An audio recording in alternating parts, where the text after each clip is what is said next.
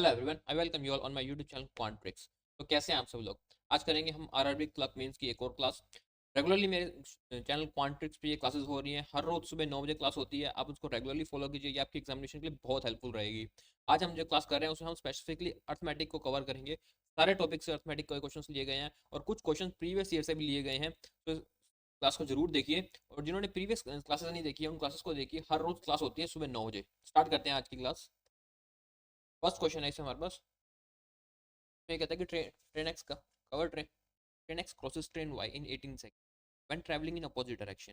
Train X crosses a pole 18 second if the ratio of length train x and y 9:8 respectively, then find the ratio of speed train x and y। यहाँ हमको जो तो सबसे पहले दे रखी है, तो ट्रेन एक्स को ट्रेन वाई की जो उसका रेशियो दे रखे हैं हमें भाई। लेंथ को मैं इसको 9l और 8l से मान, ये ट्रेन की लेंथ हो जाएगी। अब ये कह रहा है जो ट्रेन एक्स है वो ट्रेन वाई को क्रॉस करती है 18 सेकंड। इन दोनों की जो लेंथ है वो तो हमें पता है 18l, अपोजिट डायरेक्शन में क्रॉस करती है। फिर अपोजिट डायरेक्शन में ट्रैवल कर रहे हैं तो इनकी जो स्पीड हो जाएगी वो ऐड हो जाएगी। ठीक है, और उसके बाद कुछ नहीं बताया स्पीड के बारे में, हमें यहाँ पे कुछ नहीं बताया स्पीड के बारे में। हमें रेशियो फाइंड करना है। मान लेते हैं इसकी स्पीड s1 है, ट्रेन 2 की स्पीड आ जाएगी s1 s2। क्या आ जाएगी, तो हमें क्या रखा है कि train X crosses the pole in 18 second. Train S जिसकी लेंथ है 9l, स्पीड है इसकी s1, ये एक पोल को क्रॉस करता है 18 सेकंड में। फिर क्या यहाँ से हमें l is equal to s1, l is equal to s1, ये यहाँ से हमको मिल जाएगा। और x और y को तभी हमको दे सेकंड। इसके अलावा और कुछ क्वेश्चन में दे रखे हैं, इसके अलावा हमें क्वेश्चन में और कुछ नहीं दे रखा। अब यहाँ से देखते हैं हमको क्या निकाल सकते हैं। देखो l है, l का मतलब है 2s1, यानी l के अंदर मैं 2 कोई वैल्यू रख सकता हूँ। 2s1 17l है, तो ये हो जाएगा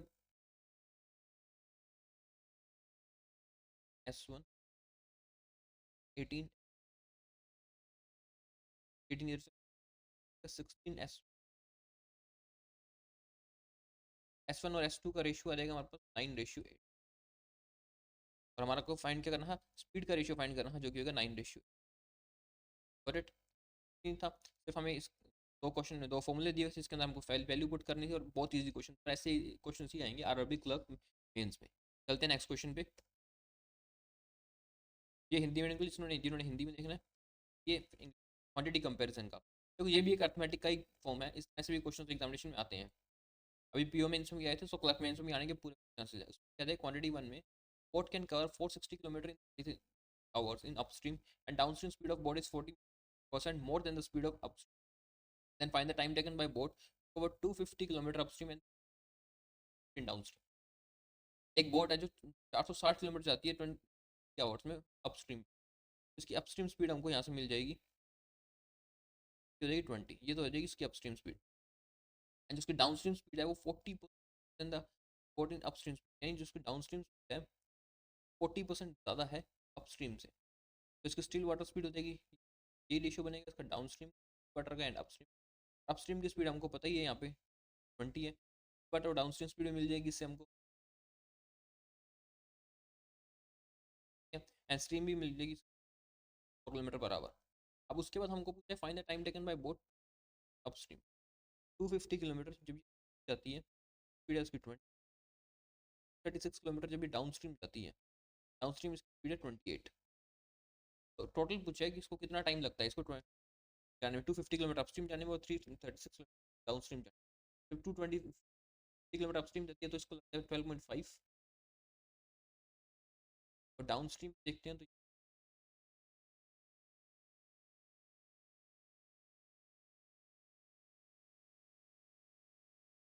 5 आवर्स। फर्स्ट का आंसर आ जाएगा हमारा। चलते हैं क्वांटिटी सेकंड पे। क्वांटिटी सेकंड में कहता है कि production of fridge TV and AC in 10% the total production of all three together. इतना प्रोडक्शन होता है उसमें से जो फ्रिज टीवी एंड जो टोटल प्रोडक्शन होता है उसमें से फ्रिज का टीवी का और एसी का हमको इंडिविजुअली बता रखे इतने इतने है। अब उसके बाद हमें क्या रखेगा कि परसेंटेज ऑफ डिफेक्टिव, डिफेक्ट कितना होते हैं उसका परसेंटेज हमें दे रखे हैं। हम मान लेते हैं मान लेते हैं टोटल 100 होता है, टीवी एंड एसी तीन मान लेते हैं, 100 हो गया, 1000 हो जाएंगे ना, तो उसको फ्रिज मान लेते हैं 100, टीवी हो जाएगा 300, एसी हो जाएगा 6, इतना प्रोडक्शन होता है। अब उसमें से ये कहता है कि defective and fridge TV and AC defective production, factory जो फ्रिज है वो है 20, और डिफेक्टिव टीवी है 40%, देगा 120% है एसी, देगा 360, उसके बाद जो बचेगा वो नॉन डिफेक्टिव होगा, और हमें फाइंड करना है 1/5 of the difference non defective item of TV and non defective item of AC. The production of fridge is two, the fridge का प्रोडक्शन दे रखा है 200, यहाँ पे हमारे पास कितना प्रोडक्शन है 100, यानी जो भी यहाँ से नंबर आएगा उसको हम डबल कर देंगे तो हमारा आंसर आ जाएगा। इसके अंदर बाद हमको जो नॉन डिफेक्टिव है वो है 80, तो 180, यहाँ बनता है 240, ये है नॉन डिफेक्टिव आइटम्स मिल गई। अब हमें फाइंड करना है 1/5 of difference between number of non defective TV जो कि है 180 एंड नॉन डिफेक्टिव एसी, दोनों के बीच का डिफरेंस कितना है, तो 1/5, वेल, और यहाँ पे हमने कहा था कि जो भी आएगा उसका डबल करना है, क्योंकि तो वैल्यू दे रखी थी 200 दे रखी थी फ्रिज की, और यहाँ पे हमने 100 मानी, तो हो जाएगा डबल, ये हो जाएगा हमारा आंसर 20, क्वांटिटी 1 था 24.5, क्वांटिटी था 24, so quantity 1 is greater than quantity 2, okay, correct. चलते हैं नेक्स्ट क्वेश्चन पे, बहुत सही क्वेश्चन है और सही लेवल के क्वेश्चन है, इसी लेवल के क्वेश्चन आपको आरआरबी क्लर्क मेंस में मिलेंगे। नेक्स्ट क्वेश्चन में चलते हैं, इसमें कहता है कि present age of A and B दे रखे 7:8 and present age of C दे रखे 60% more than B after 2 years, ठीक है। What will be the age of B after 7 years if the present age of A B and C equal to the age of A after 8 years। Present का ratio दे रखे हमें ए and B का 7x and 8, उसके बाद दे रखे present age of है 20% more than age of B after 2, age after 2 years क्या हो जाएगा 8x प्लस, और सी की एज है वो 20% ज़्यादा है बी की आफ्टर 2 years की एज से, तो हो जाएगा 6,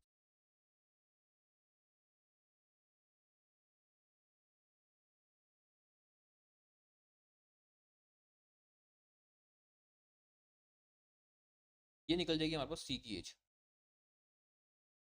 सी की प्रेजेंट एज है। अब हमें पूछा what will be the age of B after 7 years, 7 साल बाद क्या होगी वो फाइंड करना है हमें। If the present average age A B and C is equal to age of A after 8, यानी इन तीनों की एज का जो एवरेज है वो बराबर है जो ए की एज 8 साल बाद होगी, 8 साल बाद होगी उसके बराबर है। यहाँ से इसको निकाल लेते हैं, पहले हम इनके तीनों का एवरेज निकाल लेते हैं, एवरेज एवरेज निकालें तो जाएगा हमारे पास,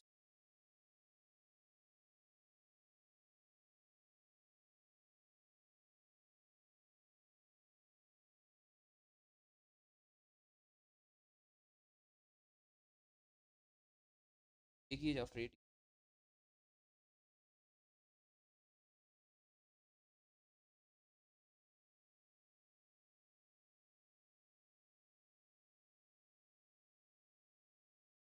कल अपॉन एवरेज, फिर मल्टीप्लाई 3 कर देते हैं, एक ही बात है।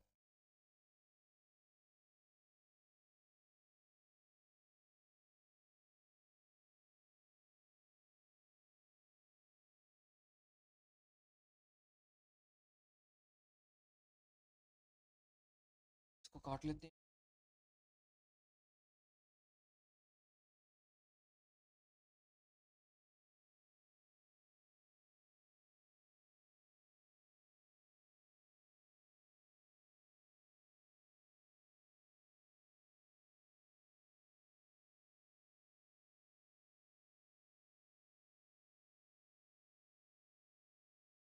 वैल्यू आ जाएगी यहाँ से हमारे पास, एक्स की वैल्यू 6 आ गई, तो हमें फाइंड करना था एज ऑफ आफ्टर 7, बी की एज प्रेजेंट है आफ्टर 7 years, ये हो जाएगी 50, तो राइट आंसर 55 years, करेक्ट। चलते हैं नेक्स्ट क्वेश्चन। नेक्स्ट क्वेश्चन में क्या रखा है, 20 men can do a job in Z days, 16 women can do Z plus 35 days, 32 women can do same job in Y by 2 days, 40 women can do Y minus 20 days, find the value of Y plus Z। कुछ man और women को बता रखे है वो जो इतने time में करते हैं और हमें Y plus Z की वैल्यू फाइंड करनी है। सर हम देखते हैं 20 मैन है उस काम को जेड डेज में करते हैं, ये कह रखा है। एफिशिएंसी मैन की मैं मान लेता हूँ, जेड डेज में काम कंप्लीट। उसके बाद क्या रखे, जो 32 की एफिशिएंसी एम हो जाएगी पर की एफिशिएंसी, वो उस काम को y/2 डेज में कंप्लीट।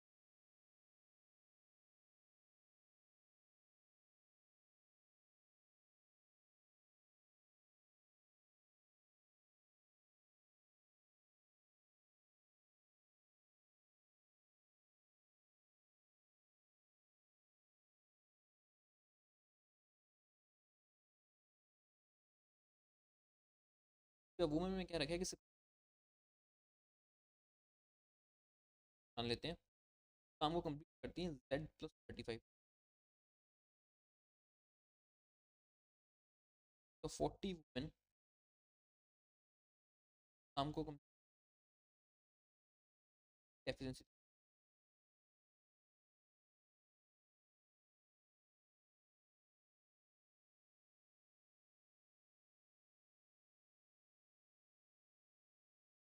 बाय माइनस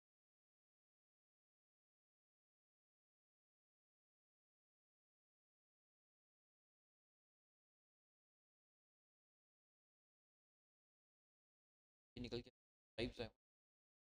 अब उसके अंदर हमें वैल्यू दे रखी थी 5Z = 4Y।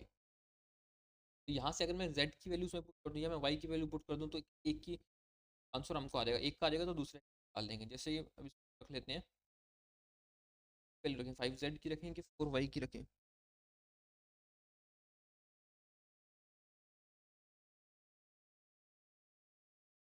मान लो यहाँ Z की वैल्यू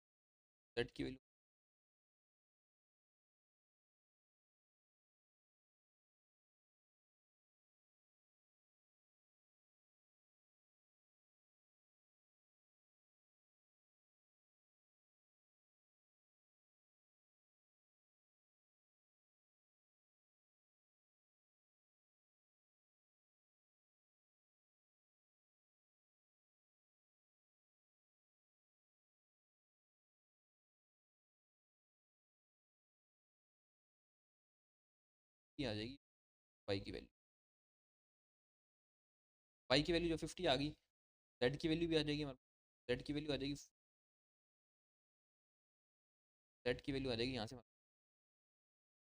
भाई, इनसे दोनों की वैल्यू आ गई। अब दोनों को ऐड कर देते हैं, तो Y+Z, तो इसकी वैल्यू आ जाएगी 90। Got it.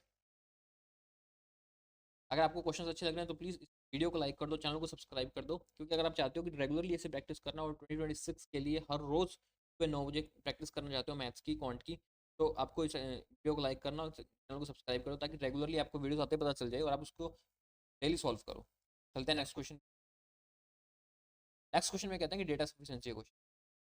देखो डिफरेंट हर टाइप के क्वेश्चन है इसमें अर्थमेटिक से रिलेटेड, क्योंकि इसमें भी कॉन्सेप्ट तो सेम ही लगता है अर्थमेटिक का, सिर्फ क्वेश्चन का पैटर्न में आप पूछने के तरीके में कह सकते हैं डिफरेंस हो जाता है।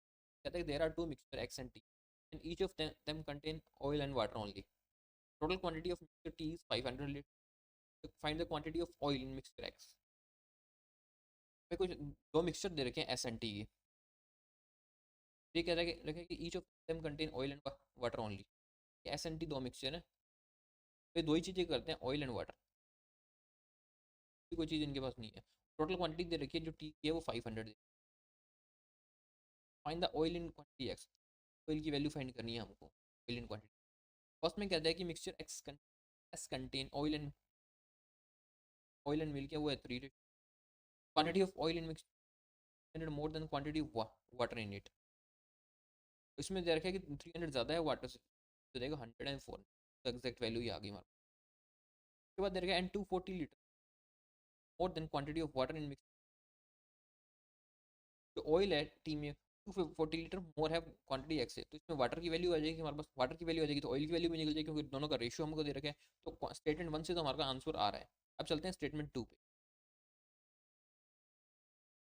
स्टेटमेंट 2 में हमें क्या रखा है, quantity of T 25% more than quantity of mixture x, यानी जो टोटल क्वांटिटी है वो टी 25% ज़्यादा है। इसका मतलब ये 500 है, तो एस की क्वांटिटी की 400 हो जाएगी।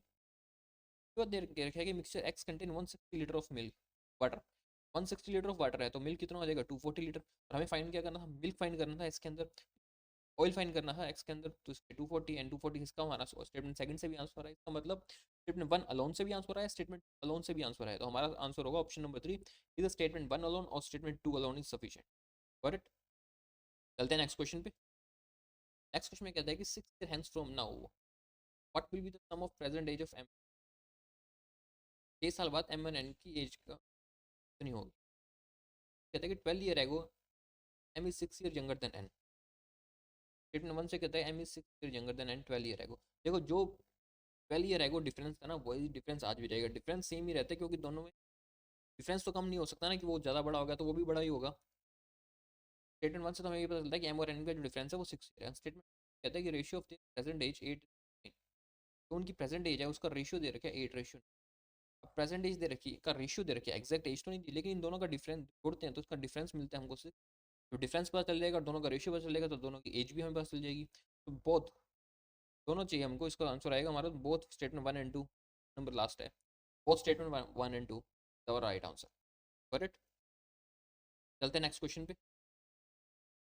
नेक्स्ट क्वेश्चन में कहता है कि A and B together can complete 50% of work in 4.8 hours, B and C together can complete 80% part of work in 12 hours, 40% as efficient as A, and D is 81 by 3% as efficient as C. Find the time in which A and D together can 55% part of work. के अंदर हमें ये क्या रखा है, जो A और B है, टाइम एंड वर्क का ये क्वेश्चन है, इसमें क्या रखा है, जो A और B है परसेंट पार्ट को 4.8 आवर्स में करते हैं, यानी कंप्लीट कितने में करेंगे, 9.6 आवर्स में कंप्लीट कर देंगे। बी एंड सी के बारे में क्या रखा है, B and C together can complete 80% part of work in 12 hours, 80% part of work 12 hours में करते हैं, तो देखो 12/8 एंड 80% पार्ट ऑफ वर्क किया जाएगा, बी एंड करते हैं वो 15 आवर्स में कंप्लीट करते हैं। Is 40% as efficient as A, 40% as efficient, efficiency आ गई 2:5 या 4:10, जिस अकॉर्डिंग हमारा एफिशिएंसी आएगी उस अकॉर्डिंग ले लेंगे हम उसको। उसके बाद क्या रखे डी से 80, ये 83 रेशियो 1/3, ये क्या होता है, ये होता है 5/6। ये कह रहा है कि जो डी है वो 5/6 एज एफिशिएंट एज सी, डी की एफिशिएंसी है जो 5/6 है, इनकी एफिशिएंसी निकाल लेंगे तो ये करेगी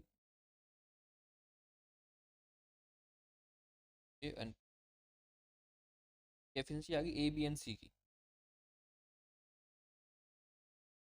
अब यहाँ पे निकालते हैं A B and B total efficiency का, जब एलसीएम लेते हैं ये एलसीएम हो जाएगा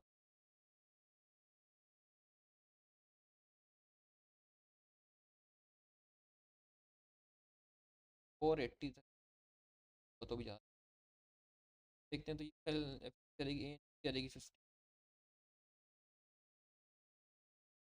32, A B and B total efficiency हमें मिल जाएगी, and A C and D efficiency मिलता है। ठीक है, तो अब यहाँ से हमको क्या कुछ पता चलेगा, यहाँ से हमको पता चले तो सी है,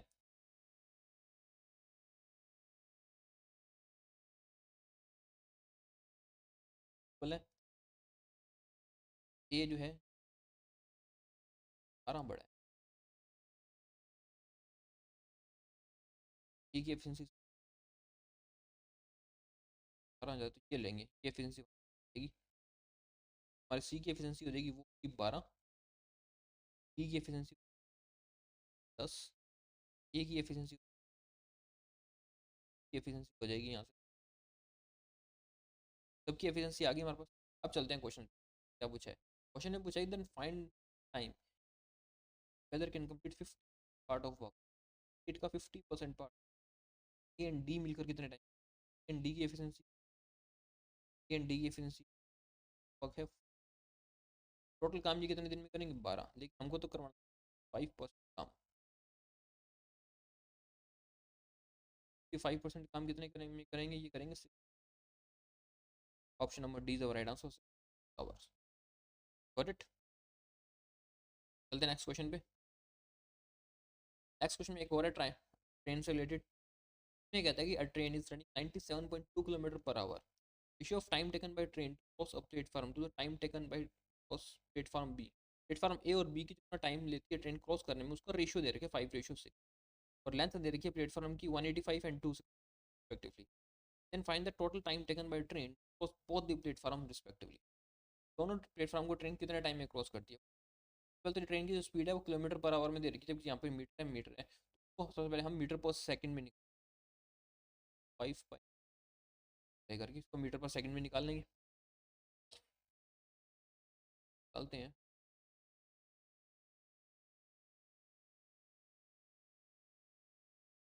देखिए 20,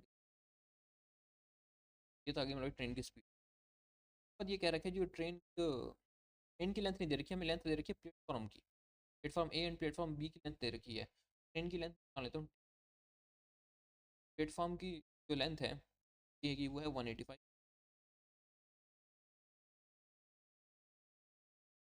प्लेटफॉर्म बी की जो लेंथ है पीछे ट्रेन की, तो ये कह रहा है कि इफ रेशियो टाइम लगता है इसको क्रॉस करने में, या 27 से 27 कट जाएगा तो 5 रेशियो। अब करते हैं इसको मल्टीप्लाई, ये आएगा 5t।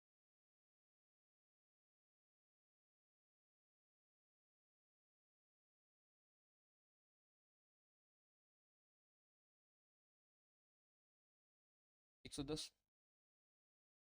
बचेगा। तो टी है जो ट्रेन की स्पीड, ट्रेन की जो सॉरी लेंथ है, लेंथ है। अब हमें फाइंड क्या करना है, find the time taken by train to cross both the platform respect. हमें बताना है कि इन दोनों प्लेटफॉर्म को क्रॉस करने में कितना टाइम लगता है। अब ट्रेन की लेंथ भी आ गई हमारे पास, प्लेटफॉर्म की लेंथ हमें दी हुई है और ट्रेन की स्पीड भी हमको दी हुई थी क्वेश्चन। तो ट्रेन की स्पीड है 220, लेंथ है फर्स्ट प्लेटफॉर्म की लेंथ थी 85, स्पीड थी उसकी 7, सेकंड जो है प्लेटफॉर्म उसकी ट्रेन की 27, यही थी। अब ऐड कर लेते 805 बताए।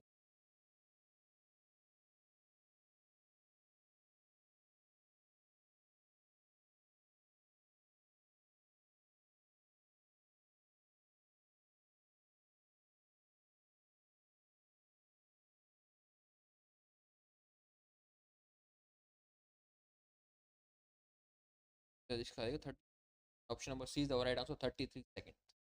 Got it. काफ़ी कुछ पूछा हुआ था इस क्वेश्चन, थोड़ा सा इसको लेंथी कह सकते हैं, बट टफ बिल्कुल भी नहीं था ये क्वेश्चन। इस तरह के क्वेश्चन आपको मिलेंगे एग्जामिनेशन। अब चलते हैं नेक्स्ट क्वेश्चन। नेक्स्ट क्वेश्चन में कहता है कि when article A is sold 33 1/3% profit in selling price on it's selling price, and article be sold 20% profit on it's selling price. इस बात का ध्यान रखना, प्रॉफिट है वो उनके सेलिंग प्राइस पे दे रखे, कॉस्ट प्राइस पे प्रॉफिट के परसेंटेज नहीं दे रखे। If the selling price of article A is equal to selling price of article B, fine. पहले इसको देखते हैं ए एंड बी का। जो ए है उसको सोल्ड किया सेलिंग प्राइस पे, तरीके इसका कॉस्ट प्राइस टैक्स। जो बी है वो सोल्ड किया 20 प्रॉफिट पे सेलिंग प्राइस पे, तो फाइव एंड। अब ये कह रहा है कि जो दोनों है ये बराबर हैं, यानी फाइव फाइव देखिए दोनों के फाइव का रेशियो का 5 रेशियो 5 रेशियो 3। अब इसको कन्वर्ट करते हैं, यानी इसको 5 से मल्टीप्लाई कर देते हैं, तो इसको 5 से मल्टीप्लाई कर देते हैं हम, तो 10 करेगा 50 है 12 ए एंड बी का कॉस्ट प्राइस और सेलिंग प्राइस के आगे हमारे पास। अब हमें क्या रखा है उसके बाद, the cost price of article B 20 rupees more than the article A. Cost price का डिफरेंस दे रखा है बी है 20, वैल्यू दे रखी 20, ए की वैल्यू आ रहेगी यहाँ से। Then find the profit percentage on both the articles together. दोनों आर्टिकल का प्रॉफिट परसेंटेज कितना हो। देखो प्रॉफिट परसेंटेज तो हमें इसकी जो ये है 22, सारे सेम ही है, ये है 30। प्रॉफिट के लिए क्या होता है, कॉस्ट प्राइस पे कितना ज़्यादा ज़्यादा सेलिंग प्राइस है वही होता है प्रॉफिट। 8 ए को भी rent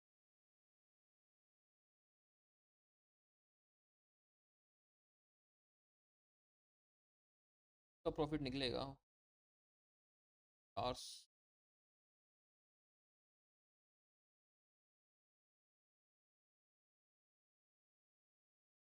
option number is right answer 36.4। Correct. समझ आया आपको। सिर्फ उसमें कुछ फ्रैक्शन में था और उसमें ये डील थी कि इसमें सेलिंग प्राइस के ऊपर सब कुछ दिया हुआ था, कॉस्ट प्राइस पर नहीं दिया हुआ था, तो इस बात को ध्यान रखना फटाफट में उसको कॉस्ट प्राइस पर मत निकाल देना। चलते हैं नेक्स्ट क्वेश्चन। नेक्स्ट में कहता है कि हमको एज से रिलेटेड क्वेश्चन है ये। कहता है कि average number of boys in class A and B 45, average number of girls in class A and ratio of total number of boys and girls class A 5 ratio of boys and girls भी दे रखे हैं 2:1। अब ए and B में देखो boys and girls A and B के boys ratio 5:3 और B का जो रेशियो है वो है 2/y। अब उसके बाद हमें दे रखा है कि average number of boys in A and B, A और बी में जो एवरेज नंबर ऑफ बॉयज हैं टोटल टोटल हो जाएंगे 90 90 वैल्यू कितनी 5x दे रखा है एवरेज नंबर यानी टोटल गर्ल्स की दे गर्ल्स क्या x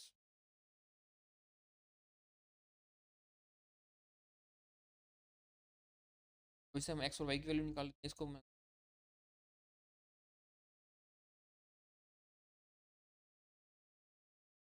बचेगा एक्स की वैल्यू आ जाएगी एक्स की वैल्यू 10 आ जाएगी तो उसको मैं 30 और वाई की वैल्यू आ जाएगी मेरे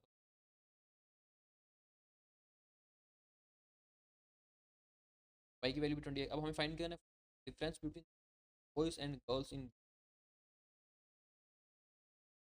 इन बी। जो गर्ल्स थी वो थे डिफरेंस हो जाएगा इसका option number A 20।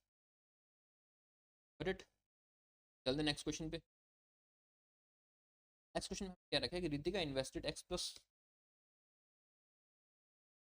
5,000 in scheme at the rate of 20% compound interest.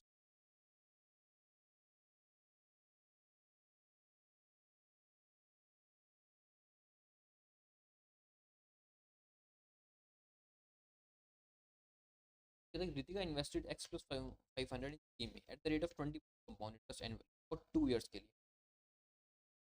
And at the same time she also invested Y plus 500 10% पे 3 years के लिए। स्कीम ए पे उसको रुपीज़ मोर मिलते हैं स्कीम इंटरेस्ट। देखने की रितिका ने स्कीम ए में इन्वेस्ट किया था वो था एक्स प्लस 500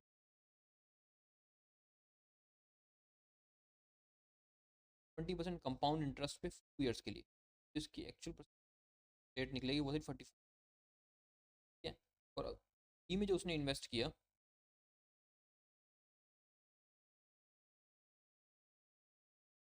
ये बी में इसने इन्वेस्ट किया वाई प्लस 500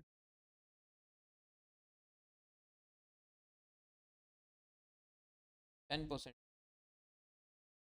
3 years के लिए इसमें स्कीम बी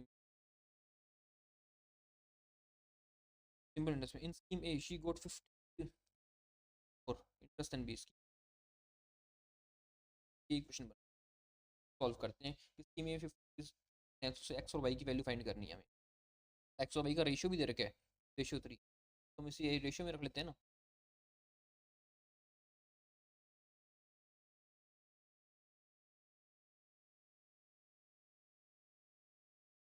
एक्स और वाई का रेशियो दे रखा है तो find the value of x.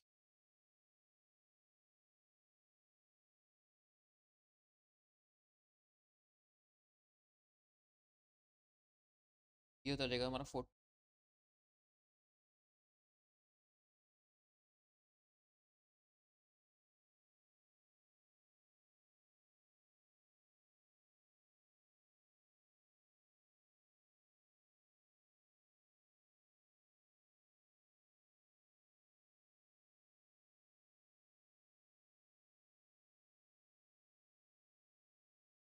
का डिफरेंस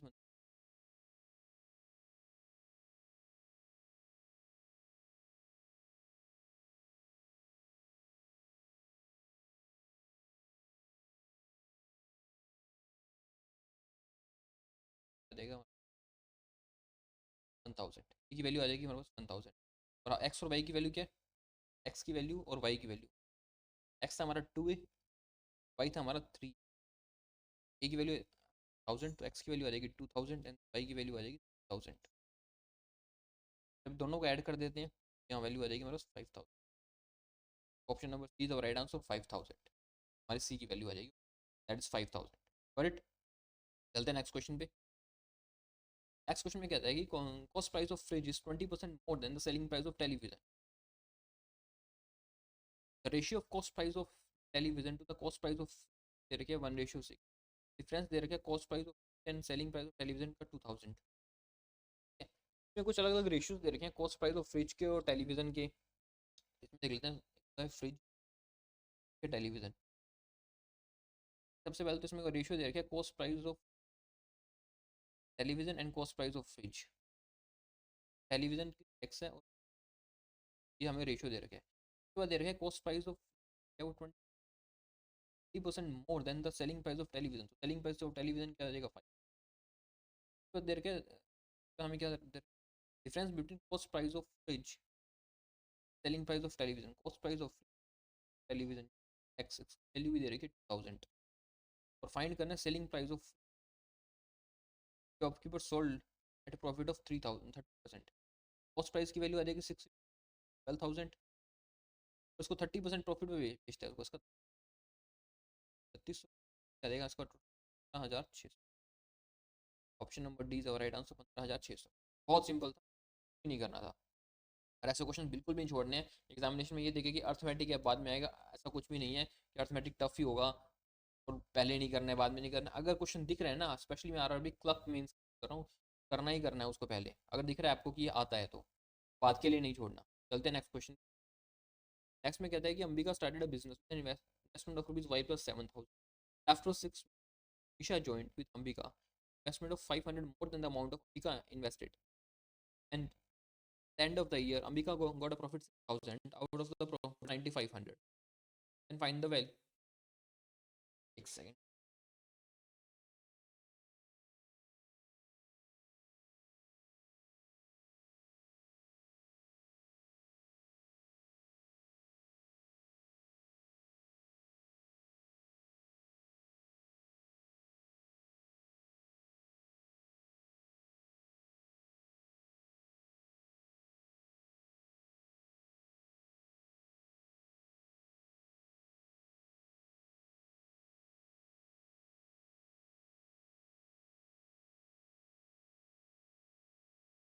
चार्ज करना, हाँ लाइट चलेगी थी। मैं कहते हैं कि अंबिका ने एक बिजनेस स्टार्ट किया 5+700।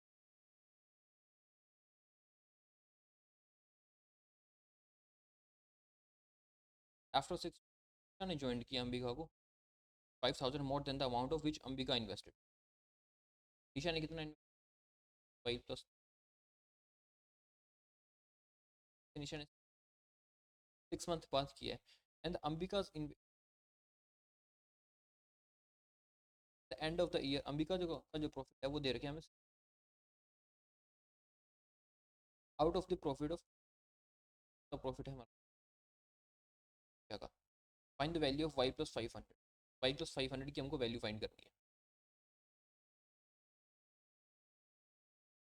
हालांकि इसने बाद इन्वेस्ट किया था निशाने, तो हम इसको डबल कर देंगे 12 मंथ से की तो देगा 2y करेगा हमारा y+1200 का रेशियो। इसको y की वैल्यू निकाल लेते हैं यहाँ से।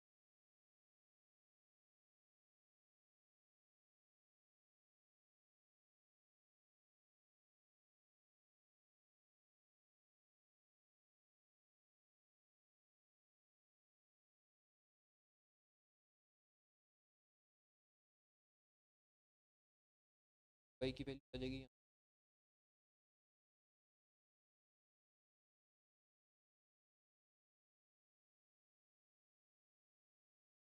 आ जाएगी 30। y की वैल्यू हमें फाइंड करना है y+500। 500 और ऐड कर देंगे, यहाँ पे वैल्यू आ जाएगी जो option number is right answer 2800। Correct. चलते हैं नेक्स्ट क्वेश्चन पे। नेक्स्ट क्वेश्चन में कहता है कि Paresh can do a piece of work in 24 days। Rashika can do 48 days। Ridhika is 50% more efficient than Paresh. तो टाइम इन वर्क का ये क्वेश्चन है। कह रहा है कि परेश जो है काम को 24, रश्मि उस काम को 48 डेज में कर। थर्ड पर्सन तो रितिका है वो 50% मोर एफिशिएंट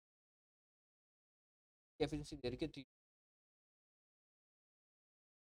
एलसीएम वाले परेश के efficiency- अब परेश की एफिशिएंसी और रितिका की एफिशिएंसी का रेशियो दे रखे 3:2। तो ये कहता है कि they started the work together but after 5 days Ritika left the work.